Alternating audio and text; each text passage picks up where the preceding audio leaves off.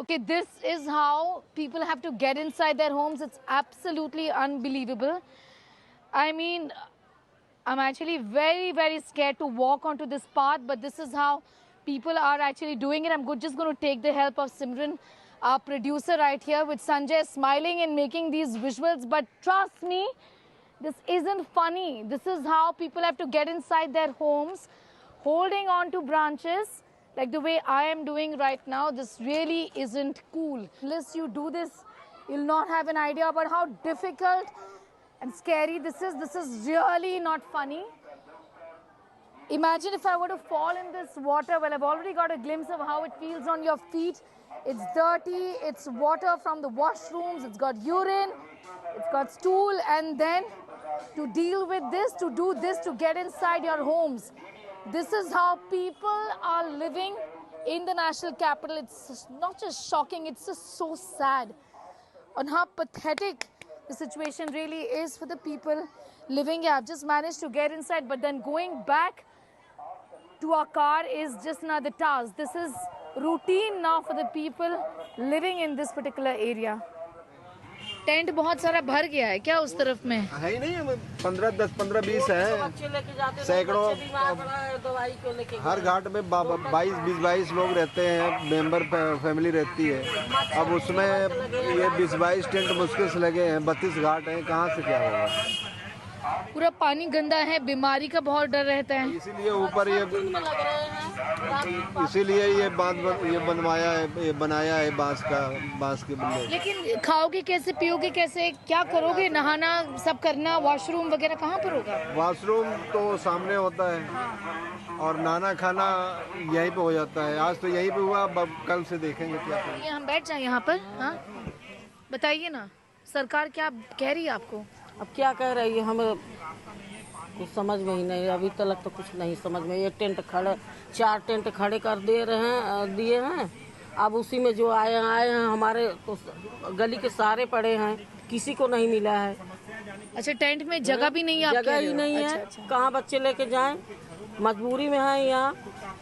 बस आप गैस ऊपर ले आए हो, ये गैस और ये क्या केला है और खाने को और कुछ नहीं है? खाने को बना था, नाश्ता सब कर लिए हैं। अच्छा। इसी में बच्चे बीमार हो रहे हैं। हमारा अभी एक लड़का मेरा है, उसकी तबीयत खराब है, रात से ही लेके गए हैं डॉक्टर को दिखाने। जी, इसे पानी वानी गंदा है इसलिए तबीयत खराब है। सर्दी खांसी, हाँ, घबराहट, चक्कर, बेचैनी उसको है। ऐसे गंदे पानी में रहेंगे तो बीमार होंगे। क्या करें,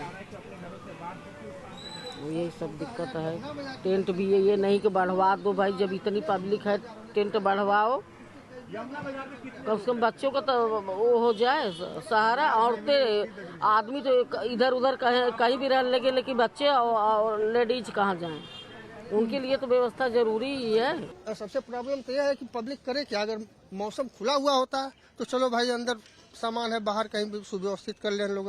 लेकिन रहा सवाल कि सर ऊपर से भी बारिश है और नीचे भी पानी है, लोगों को न हंसना बन रहा है न रोना बन रहा है। क्या किया जाए? Doesn't look like I'm going to get anywhere with these shoes. I think it's just better to take the shoes off. Just imagine people living in this place. You can't even think of standing here for a few more minutes. It's just impossible. क्या ये बोला जा सकता है कि administration, Delhi government administration was caught unawares and that they have failed in a sense? ये कहना गलत भी नहीं होगा, क्योंकि हालांकि सरकार की तरफ से व्यवस्थाएं जरूर की गई है, लेकिन सफिशिएंट नहीं है, क्योंकि सरकार को नहीं पता होता कि कितने लोग जो है वो बाहर आएंगे। कई सारे लोग अपनी मर्जी से जो है वो छतों पर है, लेकिन कई सारे लोग जो है वो बाहर रह रहे हैं। खाना प्रॉपर जो मिलना चाहिए उनको पूरी तरीके से, क्योंकि सिर्फ यही एरिया नहीं है, चाहे वो गीता कॉलोनी हो, ITO हो, मयूर विहार हो, उस्मानपुर हो, पूरी दिल्ली के अंदर जहाँ जहाँ यमुना बेल्ट है, नॉर्थ ईस्ट और साउथ ईस्ट, क्योंकि पल्ला से लेकर के अगर बात की जाए तो ओखला तक ही पूरा इलाका है।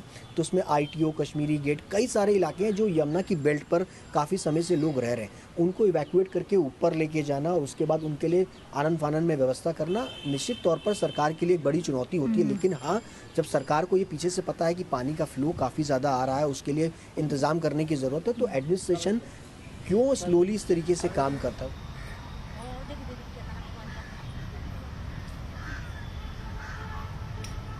until the time you don't get into this dirty, filthy water, you won't get an idea about the kind of problem that people living in this area and several other low-lying areas of Delhi and what they're facing actually. Extremely difficult, extremely dangerous, but at the end of the day, this is where people live. This is an actual residential area in the national capital, but so difficult to manage, as you can see clearly. People have set up their homes on rooftops, trying to save whatever they can in that sense. And moving through this water, just hoping that it will recede. It's extremely cold as well. And this would be in fact the place the ideal really place for all kinds of infections, all kinds of disease, and that really is going to be one big concern. ये बताइए कि क्या कह रहे हैं, घरों के अंदर सामान है अभी भी? हाँ जी, 5 फुट की ऊंचाई पे सामान रखे हुए। लोग तो यहाँ से उतर गए हैं, नीचे चले गए बाहर। कहाँ गए हैं लोग? ये बाहर ही कैंप लगा रखे हैं। लेकिन कैंप तो काफी है भी नहीं है, तो कहाँ जाएंगे? तो इसमें तो 4 घाट वाले भी नहीं आएंगे। कितने घाट हैं यहाँ पर? 22 घाट, 32 घाट के लोगों को फिट करना है। 32 घाट का कोई भी नहीं है बाहर। तो टेंटों में कौन है? ये टेंट्स में कौन है? प्रॉपर ओनर कोई भी नहीं है। अच्छा, सरकार से क्या कहेंगे, कैसे सुविधा करें आप लोग के लिए, कैसे आप लोग को राहत दे? हमारे को तो सरकार ये है कि इन लोगों को बनाने की इजाजत है ऊंचाई पे। अच्छा, मकान? हाँ जी।